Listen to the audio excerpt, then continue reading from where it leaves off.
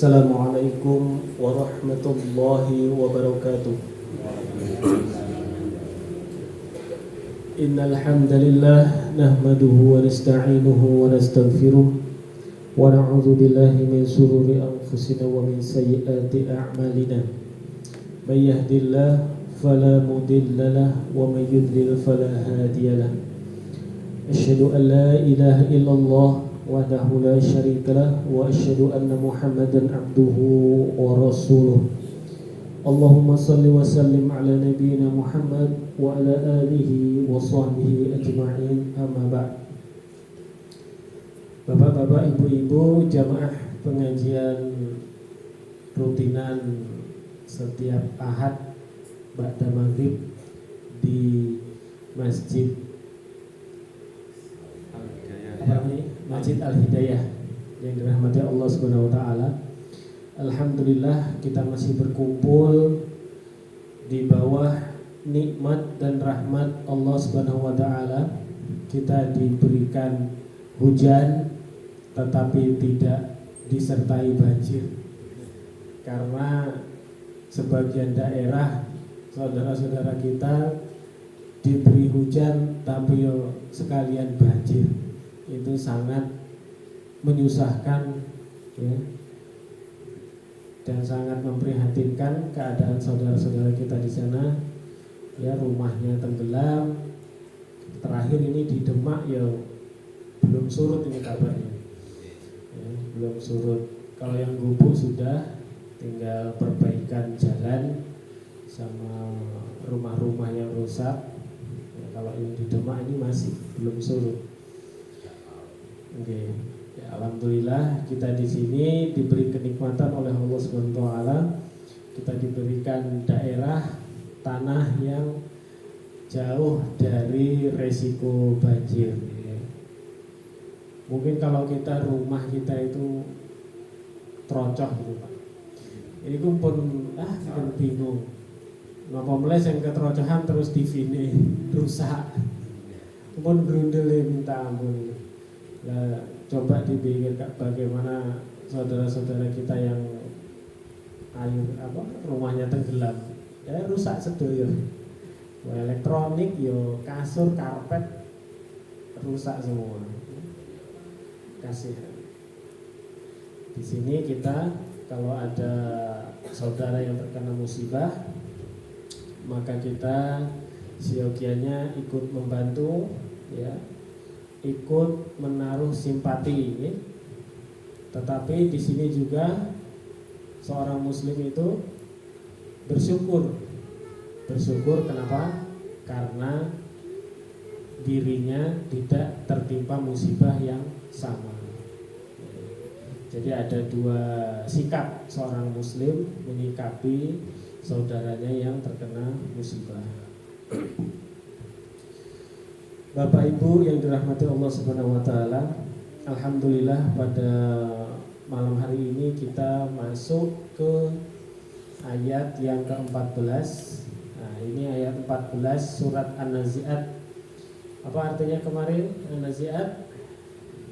Ada yang ingat? Sebulan ya. Malaikat pencabut nyawa. Kemarin terakhir itu di dari ayat 11 nih, bahkan dari ayat 10. Nah, dari ayat 10 ya, itu dijelaskan masih tentang peristiwa hari akhir, ya. Di situ masih dijelaskan tentang sikap orang-orang musyrik, orang-orang kafir. Mereka mengingkari hari akhir. Bahkan mereka menyatakan, buat apa Allah bangkitkan kita lagi? Buat apa Allah bangkitkan kita yang sudah hancur lebur, ya, sudah tidak tersisa, tulang belulangnya juga sudah jadi tanah semua. Untuk apa dibangkitkan lagi? Nah, orang-orang kafir, Orang-orang musyrik itu tidak percaya dan dianggap itu merupakan hal yang sia-sia atau hal yang merepotkan bagi Allah. Namun Allah jawab di dalam ayat ini bahwasanya Allah itu membangkitkan seluruh makhluk, seluruh manusia ya, yang ada di alam semesta ini hanya dengan satu tiupan, hanya dengan tiupan sangkakala. Yang kedua itu semuanya bangkit. Jadi tidak ada yang sulit bagi Allah Subhanahu wa taala. Nah, ini masih ada sambungannya ayat 14 itu faizahum bisahirah, maka dengan serta-merta mereka hidup kembali di permukaan bumi. Kok hidup lagi di bumi? Kan bumi sudah hancur. Pada hari akhir para ulama sepakat bumi tempat dibangkitkannya manusia itu bukan bumi yang sekarang kita injak. Bumi yang kita injak ini pada hari akhir itu nanti akan hancur, kemudian diganti dengan bumi yang baru. Nah, bumi yang baru ini berupa padang mahsyar. Nah, padang mahsyar ini dia hanya dataran luas. Nah, kalau bumi ini kan ada gunungnya, ada turunannya, ya, bergelombang. Kalau padang mahsyar itu hanya datar rata, tidak ada jalan menaik, tidak ada jalan menurun, datar, ya. Seluas mata memandang hanya dataran, gersang, ya, panas tempatnya, gersang. Bapak Ibu yang dirahmati Allah Subhanahu wa taala, masuk ke ayat berikutnya yaitu ayat 15, 16, 17 surat An-Nazi'at. Ayat ini menerangkan tentang kisah Nabi Musa dan Fir'aun. Monggo sarang-sarang dibaca. Saya baca sedikit-sedikit langsung diikuti nggih. A'udzu billahi minasy syaithanir rajim. Monggo.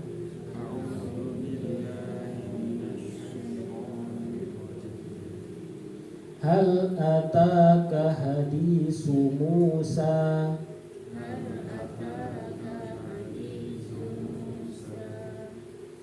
iz nadahu rabbuhu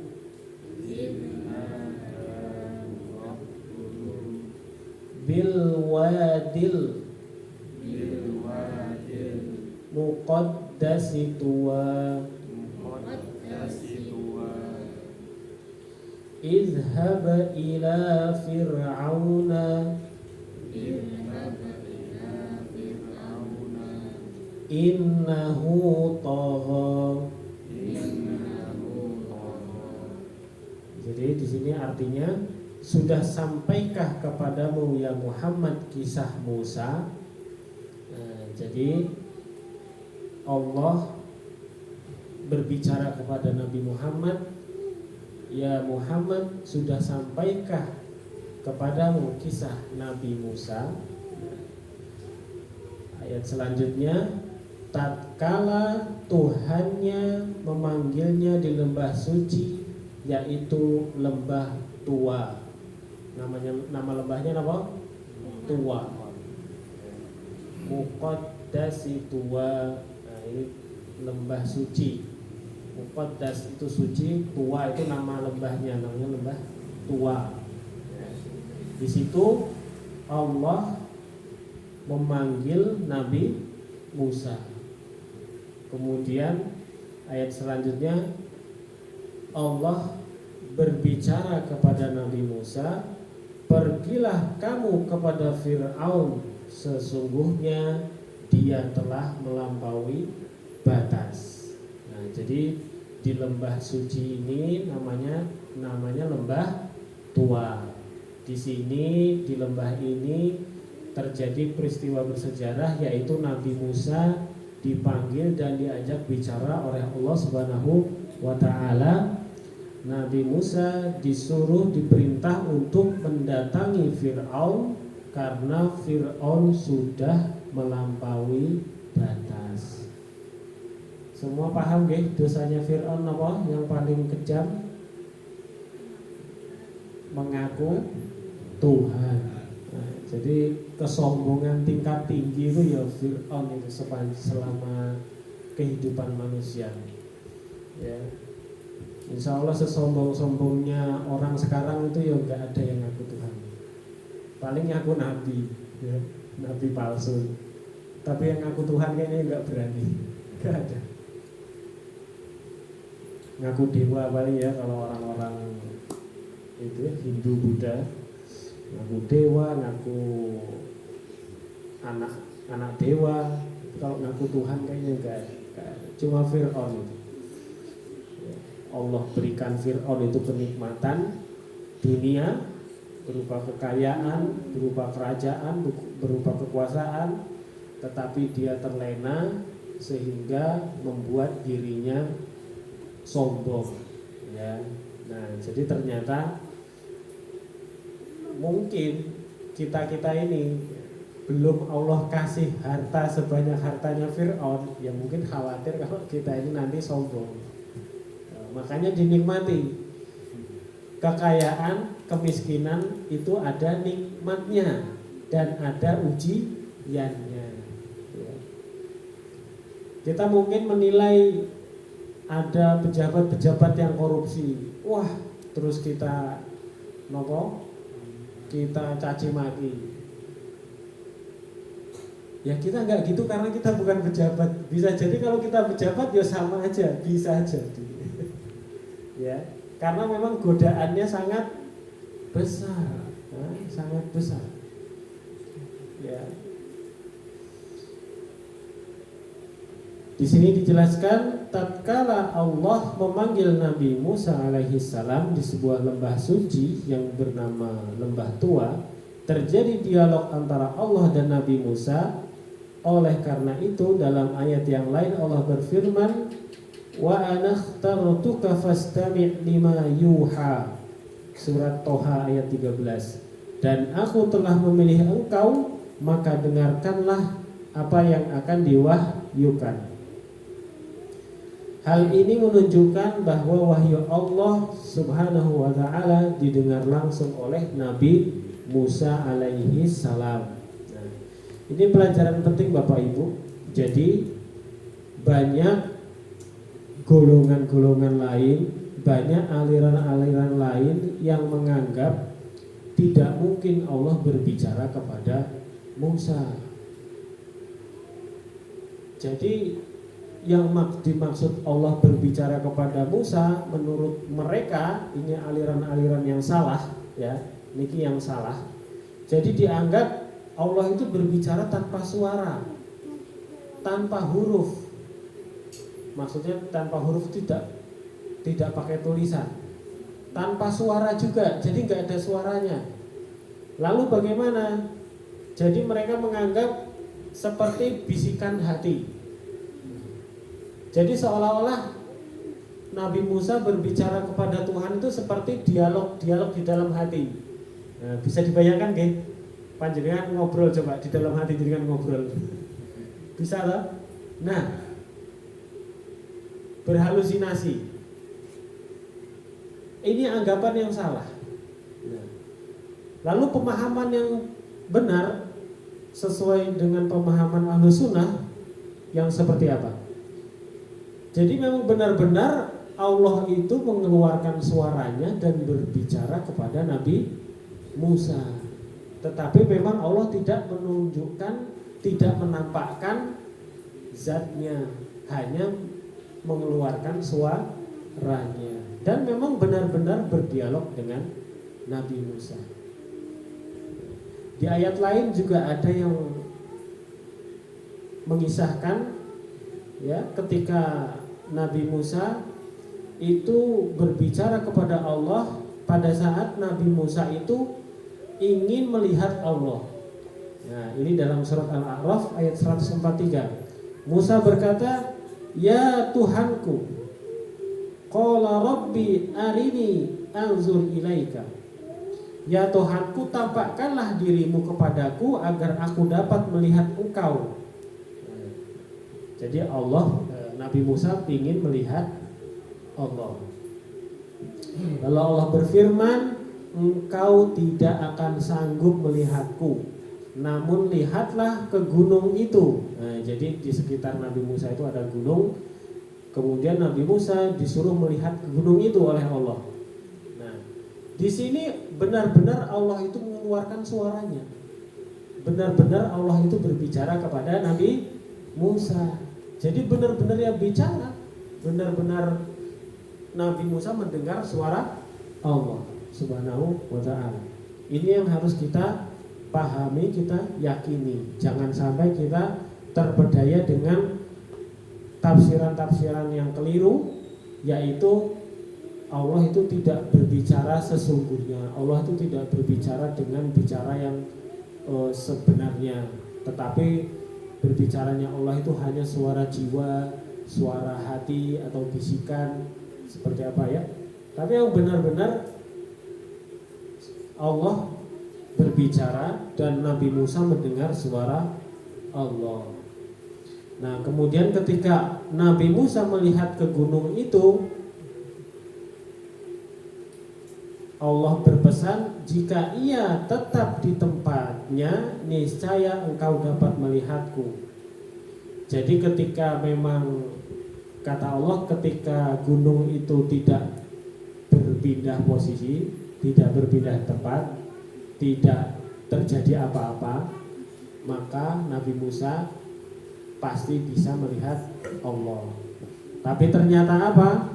Ternyata gunung itu hancur luluh dan Nabi Musa pun jatuh pingsan. Kenapa? Karena memang gunung itu tidak mampu menahan cahayanya Allah. Jadi Allah itu punya cahaya yang sangat terang, yang makhluk itu tidak mampu melihatnya, kecuali sudah nanti di yaumil akhir dan juga nanti di surga, ya, sudah di akhirat. Maka Allah akan memberikan kemampuan kepada makhluk untuk bisa melihat Allah, karena memang Allah ingin menunjukkan dirinya. Tetapi selama masih di dunia itu Allah tidak mampukan semua makhluk, ya, untuk melihat Allah. Dan semua makhluk ketika melihat Allah pasti akan hancur, tidak kuat melihat cahaya Allah.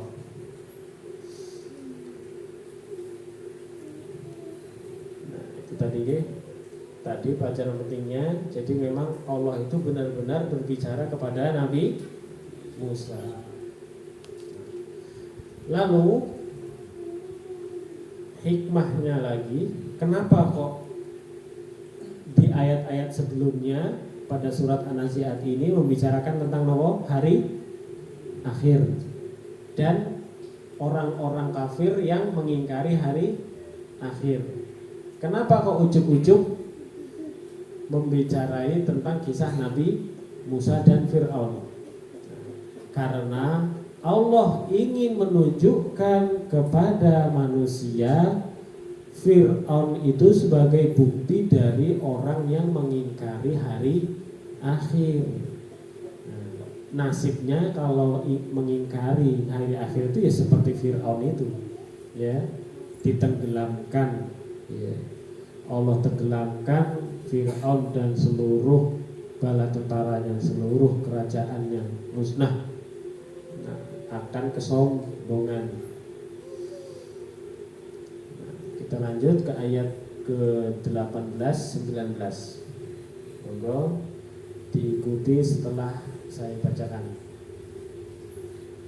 Faqul halaka ila an tazakka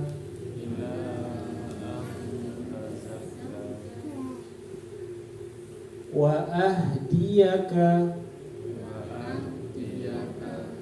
ila rabbika fatakhsha. Di sini Allah melanjutkan kepada pesannya kepada Nabi Musa, dan katakanlah kepada Fir'aun, adakah keinginan bagimu untuk membersihkan diri dari kesesatan, dan kamu akan kupimpin ke jalan Tuhanmu agar kamu takut kepadanya. Jadi di sini ada pelajaran penting, ya. Banyak sekali hikmah dari ayat ini. Ayat di mana Allah memerintahkan Nabi Musa untuk menasihati Fir'aun. Fir'aun ini posisinya nopo? Raja, ya. Pemimpin, penguasa. Kemudian Nabi Musa posisinya sebagai orang biasa, rakyat. Di sini benar-benar Allah menunjukkan, memberikan cara bagaimana memberi nasihat kepada pemimpin. Allah di sini menyuruh Nabi Musa untuk menyampaikan dengan lemah lembut, ya, bukan dengan kata-kata kasar, bukan nyari masa demo, ya, tetapi menyampaikan dengan lemah lembut. Dalam ayat lain Allah berfirman, faqula lahu qawlan layyinan la'allahu yatazakkaru aw yakhsha. Maka berbicaralah kamu berdua kepadanya.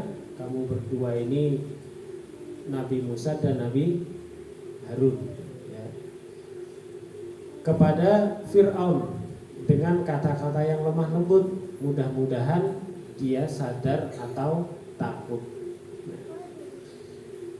Di sini Ibnul Qayyim dalam kitabnya At-Tibyan fi Aqsam Al-Quran menjelaskan lembutnya perkataan Nabi Musa ketika mendakwahi Fir'aun itu dari 7 sisi. Nah, ini nasihat-nasihat untuk kita apabila kita ingin memberi nasihat kepada pemimpin kita. Kalau memang kita tidak ada kuasa, tidak ada wewenang untuk memberi nasihat, ya sudah, diam saja. Doakan, ya, doakan pemimpin, doakan pemimpin kita, doakan yang baik-baik. Semoga Allah memberikan hidayah. Tetapi kalau memang kita punya kuasa, punya hak wewenang untuk memberi nasihat, nah ini caranya diterangkan dalam kisahnya Nabi Musa.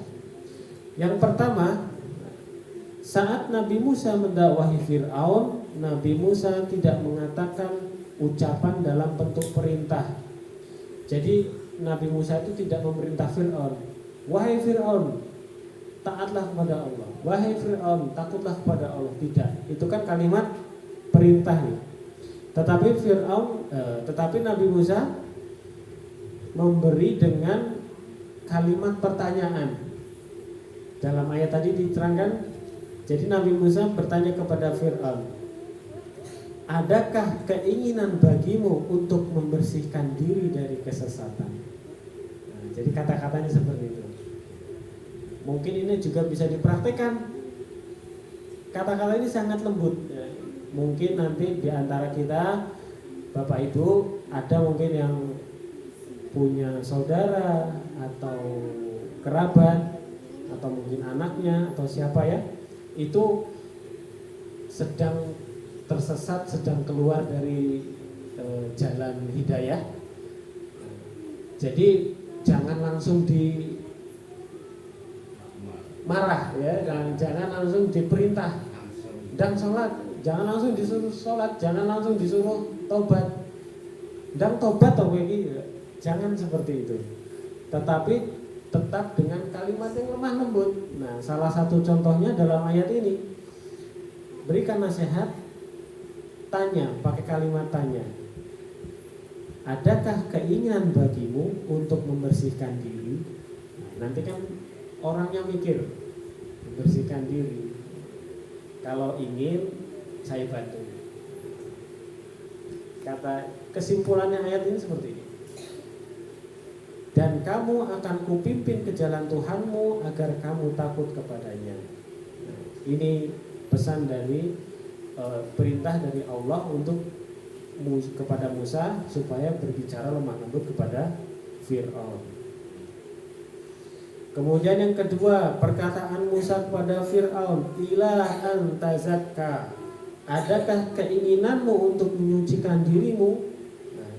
Kata at-tazakki, menyucikan diri, diartikan sebagai perkara kesucian, pertambahan dan keberkahan. Maka Nabi Musa menawari Fir'aun suatu perkara yang diterima oleh semua orang yang berakal dan tidak ada yang menolaknya, kecuali orang jahil dan bodoh. Nah, jadi yang ditawari adalah untuk membersihkan diri. Normalnya manusia kalau disuruh membersihkan diri itu mau atau tidak? Pasti mau. Disuruh membersihkan diri kan pasti mau. Maukah, adakah keinginanmu untuk mensucikan diri, untuk membersihkan diri? Jadi kata-katanya ini sangat lembut. Kemudian yang ketiga, Musa berkata tazakka, menyucikan dirimu. Tidak berkata uzakika atau aku akan menyucikan dirimu. Jadi Nabi Musa itu menggunakan kata-kata tazakka. Dia menyuruh Fir'aunnya yang membersihkan diri. Bukan maukah engkau aku bersihkan, tapi menyuruhnya maukah engkau membersihkan dirimu, karena nanti yang membersihkan adalah Allah Subhanahu wa ta'ala. Dan yang membersihkan diri itu nanti Fir'aunnya sendiri. Nabi Musa hanya membantu menunjukkan caranya. Kemudian yang keempat, arti dari wa'ahdiyaka ila rabbika fatakhsha, dan engkau akan kutuntun ke jalan Tuhanmu agar engkau takut kepadanya. Nah, inilah bentuk kelembutan Nabi Musa dalam mendakwahi Fir'aun.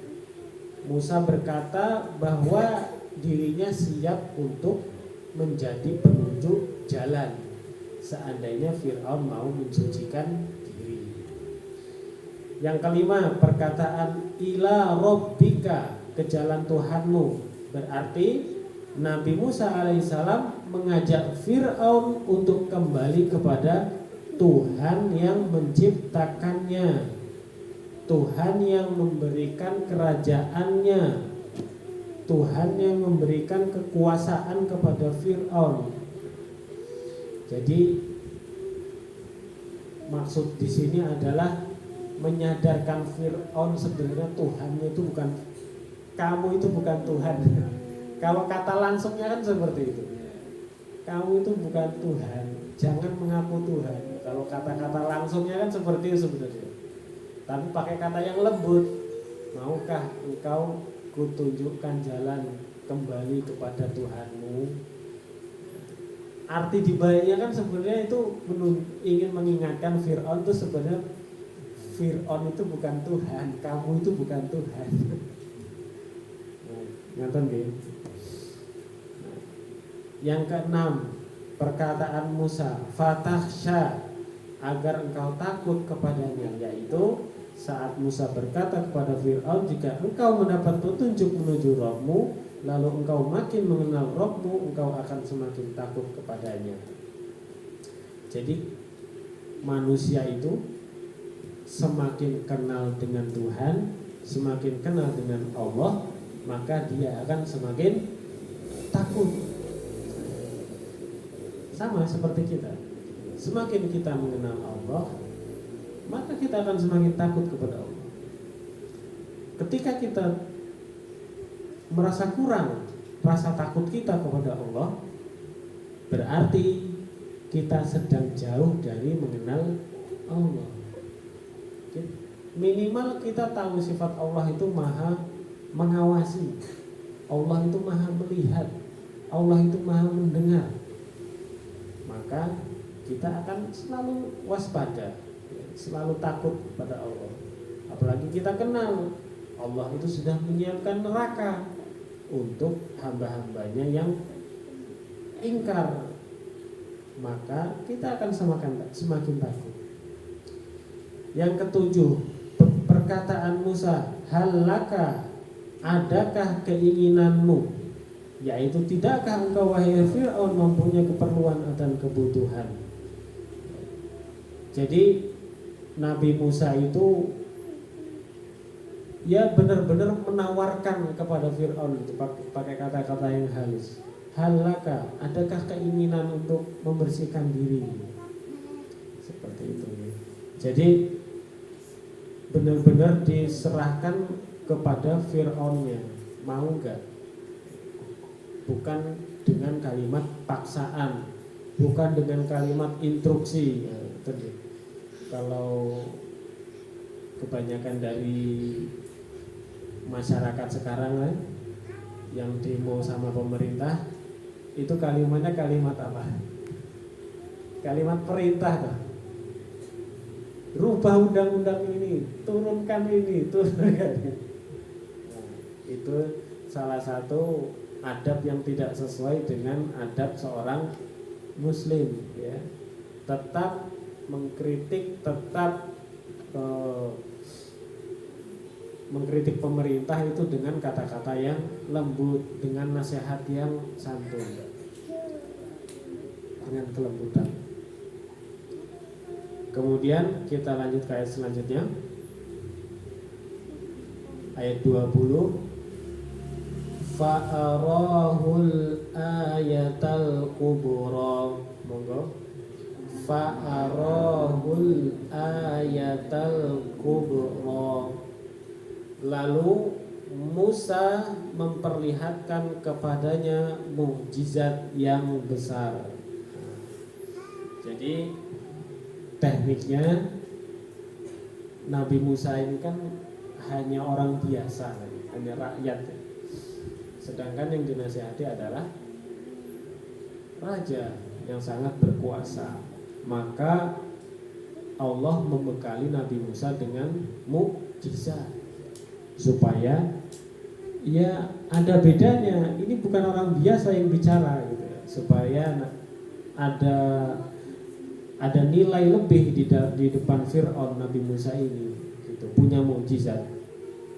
Nah, salah satu mukjizat yang Allah berikan kepada Nabi Musa yaitu bisa merubah tongkatnya menjadi ular.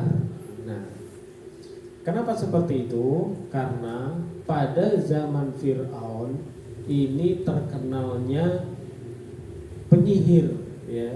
Jadi penyihir-penyihir berkelas itu ya adanya di zaman Fir'aun. Maka Allah itu membekali mukjizat kepada nabi-nabi itu sesuai dengan zamannya. Contoh Nabi Isa. Nabi Isa itu di zamannya terkenal dengan orang-orang tabib pengobatan, ya. Maka Nabi Isa diberikan mukjizat bisa menyembuhkan orang buta, ya. Supaya apa? Ya supaya memang pada zamannya itulah menjadi manusia yang paling unggul, bisa menghidupkan orang mati. Nabi Muhammad hidup di zaman orang-orang yang pintar bersyair, punya tingkat bahasa yang tinggi, ya, gaya bahasa yang tinggi, sehingga Allah berikan mukjizat Al-Quran yang isinya kata-kata yang sangat indah dan tidak bisa ditiru oleh syair-syair manapun. Gitu.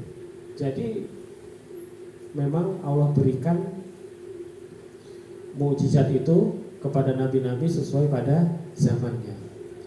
Nah, Nabi Musa Allah perintahkan untuk menunjukkan tongkatnya kepada Fir'aun, bahwa tongkat itu bisa berubah menjadi ular. Nah, karena Allah siapkan Nabi Musa ini untuk menghadapi para penyihir-penyihirnya Fir'aun. Tetapi sebelum Nabi Musa menghadap Fir'aun, Nabi Musa ini dilatih dulu. Dilatih dulu Bapak Ibu, mboten sing langsung. Jadi ketika Nabi Musa berdialog dengan Allah, Allah menyuruh memegang tongkatnya, kemudian melemparkannya. Ini belum di hadapan Fir'aun, masih latihan. Dan seketika tongkat itu berubah menjadi ular. Dan Nabi Musa pun lari ketakutan. Kemudian Allah memanggil Nabi Musa dan mengingatkan bahwasanya, tenanglah wahai Musa, bahwasanya engkau termasuk orang yang aman. Nah, seperti ini bagaimana kalau ternyata Nabi Musa nggak disiapkan dulu, nggak dilatih dulu. Kalau di depan Fir'aun Nabi Musa malah ketakutan sendiri, ya kan nggak lucu ya. Makanya dilatih dulu. Nah, ini pentingnya ketika kita pun ingin melakukan sesuatu, alangkah baiknya untuk berlatih, persiapan. Nah, ketika Nabi Musa dihadapkan dengan penyihir-penyihirnya Fir'aun, maka benar Fir'aun menyuruh penyihir-penyihirnya untuk melemparkan tongkat-tongkatnya, dan tongkat-tongkat penyihir itu berubah menjadi ular. Dan ini pelajaran pentingnya Bapak Ibu. Jadi bedanya penyihir dengan Nabi Musa, kalau penyihir-penyihir itu hanya ilusi Bapak Ibu. Jadi tongkat itu bukan tongkatnya berubah jadi ular, tetapi mata-mata manusia itu yang disihir.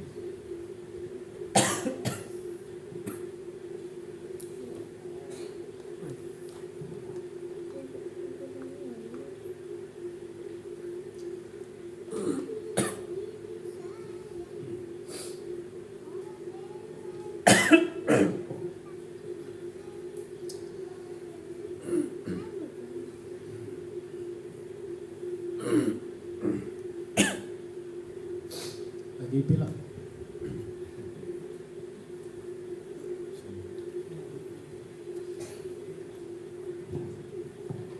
suaranya hilang.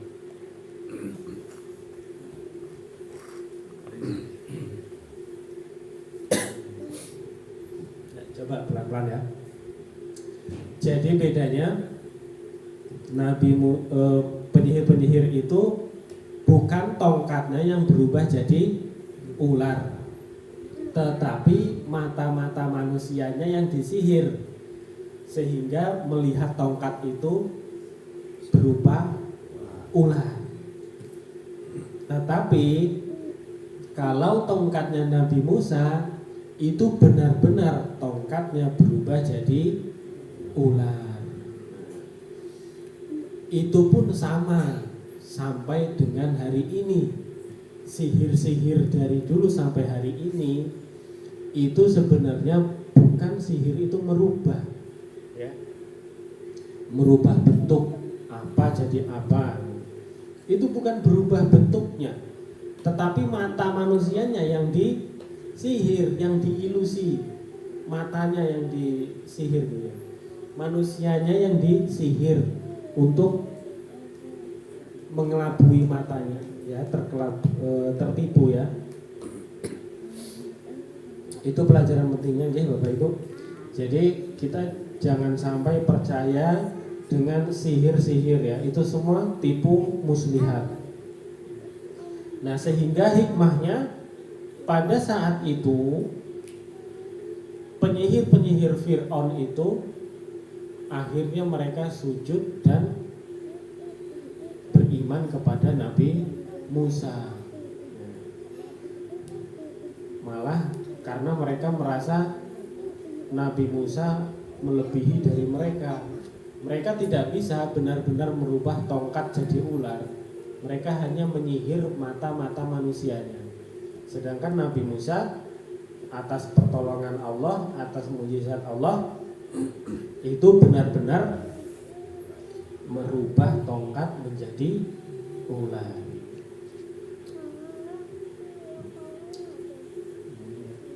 Ya. Sudah jam berapa ini? Sudah masuk Isya atau belum? Sebentar lagi ya. Nah ini di ayat yang lain Allah berfirman, Quran surat Toha, yukhayyalu ilaihi min sihrihim annaha tas'a. Karena sihir mereka dikhayalkan kepada Nabi Musa seakan-akan tongkat-tongkat dan tali-tali itu merayap dengan cepat. Akan tetapi sihir mempengaruhi badan dan menimbulkan sakit, kematian dan kegilaan. Meskipun Musa alaihissalam telah mendatangkan banyak mukjizat, Fir'aun tetap saja tidak beriman. Jadi sihir itu bukannya enak ya, bukannya seperti mainan. Jadi ternyata sihir itu punya efek samping kepada pelakunya, ya, pada pelaku-pelaku sihir, penyihir-penyihir, ya, dukun. Itu bisa menimbulkan sakit dan kematian, atau minimal gila, ya, untuk para pelakunya. Tetapi Nabi Musa tidak, karena Nabi Musa itu bukan sihir, tetapi dia itu adalah mukjizat dari Allah untuk merubah tongkat menjadi ular.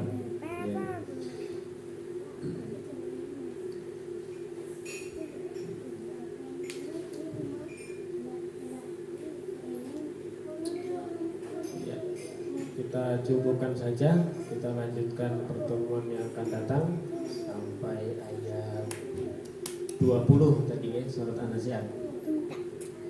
Demikian Bapak Ibu, tadi sedikit kisah Nabi Musa dan Fir'aun. Insya Allah di ayat berikutnya masih tentang kisah Fir'aun dan Musa. Jadi pada intinya Allah menunjukkan kisah Fir'aun di dalam ayat ini, di dalam surat ini, setelah Allah menjelaskan sikap orang-orang kafir, orang-orang musyrik terhadap ingkarnya terhadap hari akhir.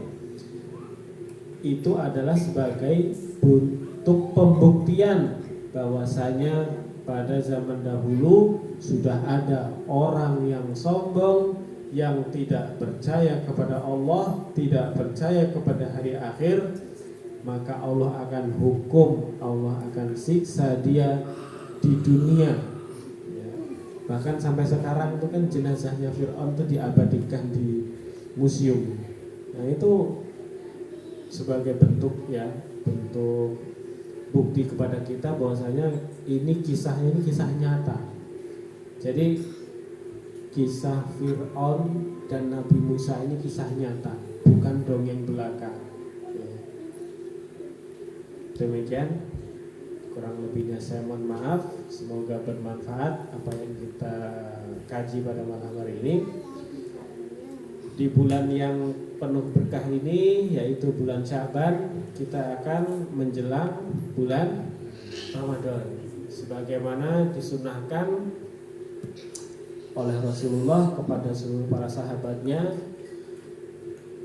bulan Sya'ban ini untuk pemanasan. Cara mesin itu sebelum digas dipanaske dulu, supaya ketika perjalanan lancar. Kalau nggak dipanaske, baru di starter langsung diajak jalan, mestinya kan berbet-berbet ya, belum halus. Tapi kalau dipanaske dulu, itu nanti jalan, ketika jalan itu halus, lancar.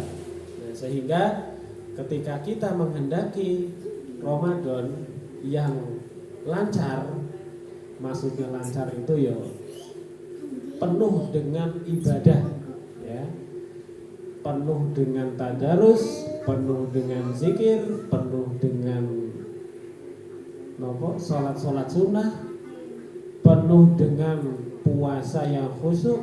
Nah, mari kita jadikan Sya'ban ini pemanasan. Biasanya memang kalau Sya'bannya nggak pemanasan, nanti pas Ramadan yo kaget, puasanya yo kaget, tadarusnya juga yo masih baru mulai gitu. Tapi coba mulai di hari-hari mendekati Ramadan ini kita mulai buka Al-Quran kita setiap hari ya. Kalau yang bisa puasa sunnah ya silahkan puasa sunnah, yang mulai sedekah sedikit-sedikit ya, terutama itu tadi tadarusnya, karena memang keutamaan membaca Al-Quran saat Ramadan ini sangat luar biasa.